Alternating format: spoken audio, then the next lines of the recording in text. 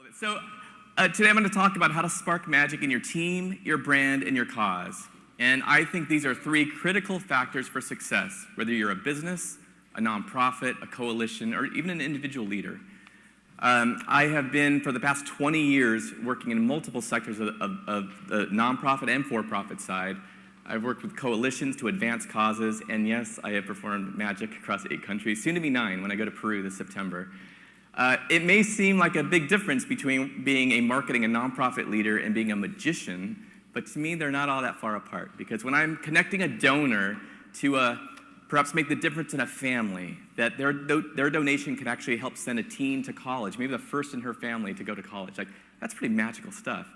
And when I'm performing at the Magic Castle in Hollywood, bringing the smiles to people, that's magical as well. So it's all part of my unifying vision to connect people to the extraordinary.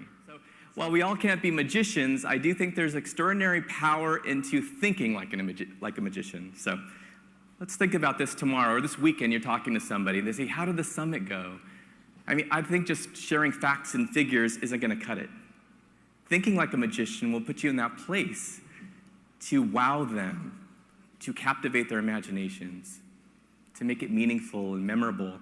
And ultimately, it's really about turning the impossible into the possible. You've heard of that Chinese linking rings? That's a classic of magic, right? So this is kind of like that. We just have a solid ring and a ring now made of rope, okay? So this is kind of weird. Watch. Goes right through the rope. Ooh. Okay. Oh, stunned silence for some of you. It's okay, I get it.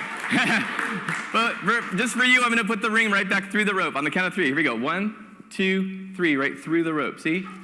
No, that's not what you really wanted to go through the rope. I'm going to toss the ring. It's going to link on the rope here. Watch. 1, 2, 3. Check it out. Yeah, thank you. I love the woohoo. So, of course, it's just an illusion. Once you untie the knot, there's really no magic at all. The ring could just simply come off the rope right through the ends. And wait. Then you have like and you don't see that every day, do you? An endless piece of rope, endless possibilities, right? We can get the ends. I guess we can put it back on. Oh, there we go. Oh, fun stuff, right? So I want to get back where we started. For that, I need a pair of scissors. Or it's okay, I could just grab an imaginary pair of scissors, right?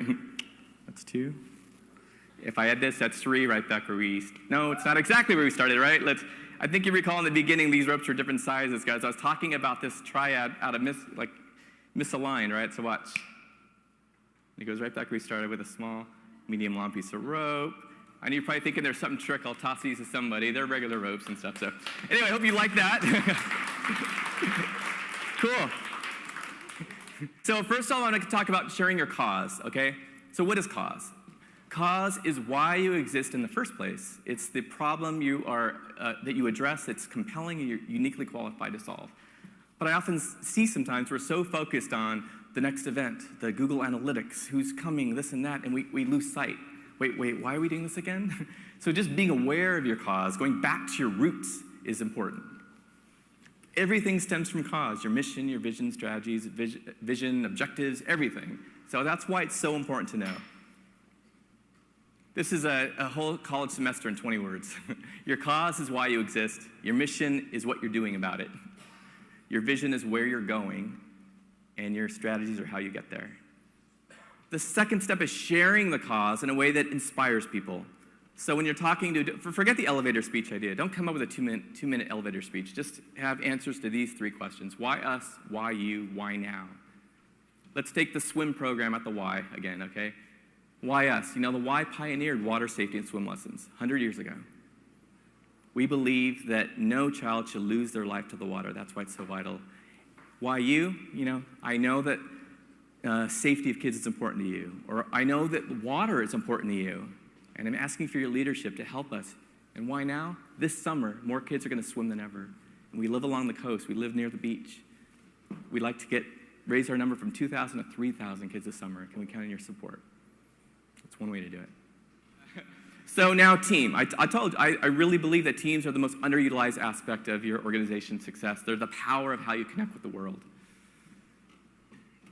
Your team's your brand. You know, when I'm doing fundraising, I focus on relationships so much.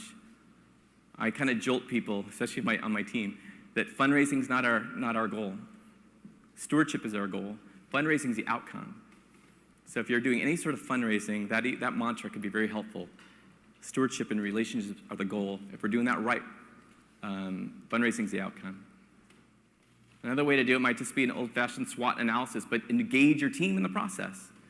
By the way, I never cared much for SWOT analysis as strengths, weaknesses, opportunities, and threats. But I often see it just a jumbled mess of words like it is on the left, because people fail to remember that strengths and weaknesses are internal, opportunities and threats are external.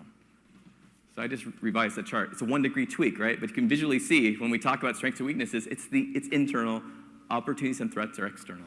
By getting this list, it's already visually more compelling. But what's key is you involve the right people. Don't just do it with 3 or 4 of your C-level suites. Engage your team, which could be fellow staff, could be some of your major donors as well, your partners and supporters. Get their feedback as well. So finally, your brand. We're going to amplify your brand. So what is brand related to the other 2 things? There's a lot of definitions of brand. I think we all know that a brand is much more than a logo. A brand is everything that your logo represents. Start with knowing your promise. Wait, what is it that we stand for? What is it that when people look at our logo, this is what we want them to think and say and feel? This could be, you could choose to do it with a Super Bowl commercial. You could choose to do it just with a grassroots effort. But the last thing you want to do is really shout it from a mountaintop, but then fail on fulfilling it. What if they come in droves to buy a product or support your cause, but then they're disappointed? Like, this isn't all what you said when you shared it with me. So you want to know it, share it, and fulfill it in a really genuine, powerful way. Just think about if you were sitting at a coffee house this weekend, somebody said, oh yeah, tell me about your involvement with the summit again. Instead of just reciting stuff, like pretend you just grabbed a napkin. Let me show you. Grabbed a napkin and a marker. And I don't know what you would draw. And feel free if you want to start sketching now. If we had time, I would actually do this exercise with you, but just try to picture it. But the power of a napkin is that it forces you to be simple and spontaneous and creative and visual. Maybe you don't write any words. Maybe you color the whole napkin blue, like 90%. This is how much is unexplored of the ocean.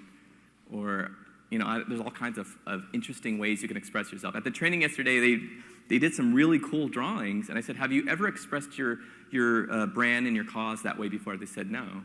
So sometimes it helps unleash some creative that's just kind of brewing inside in your head. So some of the biggest ideas in the world started off on a napkin. The MRI machine started off on a napkin. Whataburger restaurants, the Citigroup logo, they changed it from Citigroup, just the one on the bottom. The Space Needle, and I can go on. There's so many fun ways to do it. So these are a few ideas just to kind of spark your memory. So, and if we don't do it now, over the next day or two, next time I have a napkin and marker, just start putting pen to paper, see what develops. And I would love to see what you come up with, or at least share it with other people around. It's just kind of a fun way to capture all of our messaging. So this is something I did one time for a meeting with the Y. It's kind of hard to see, but on the left, it was basically the Y is in the middle of a lot of stuff. And we're not just a provider of programs, we're a charity that attacks real needs. And these needs of healthy living, of expanding learning, of keeping kids safe and connecting people. So like the Y's a hub in the middle of 4 key needs. So after that, I just said, well, I don't want to draw this napkin every time I meet with a donor, so I'm going to pre-make this napkin now. So this is what it looked like now. Like, okay, it started off on a napkin, right? And a kind of a good rule of thumb, I guess, on a napkin is to define your purpose, your priorities, and your plan. This is the part where I say, show me your napkins. But did anybody draw anything? I'm just curious. Probably not. Oh, did you draw a napkin? Can you want to describe what you drew on your napkin?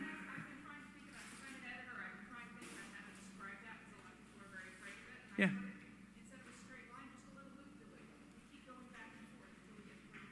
I love it. Okay, yeah. Maybe it could be a cool logo. Don't steal that. It's hers. But we realize things aren't easy. We don't just get from here to here in a straight line, right? Sometimes it is some thinking along the way, right? So you have this loop-to-loop going, but it's going upward. That's really cool. Thanks for sharing that. With that, when you wake up tomorrow morning, just think like a magician. Think about when you're talking about the important cause. Wow people. Captivate their imaginations. The stage is yours tomorrow, and you don't even need a spotlight. You are the spotlight. I'm John Guastaferro. Thank you so much. Yeah, thank you.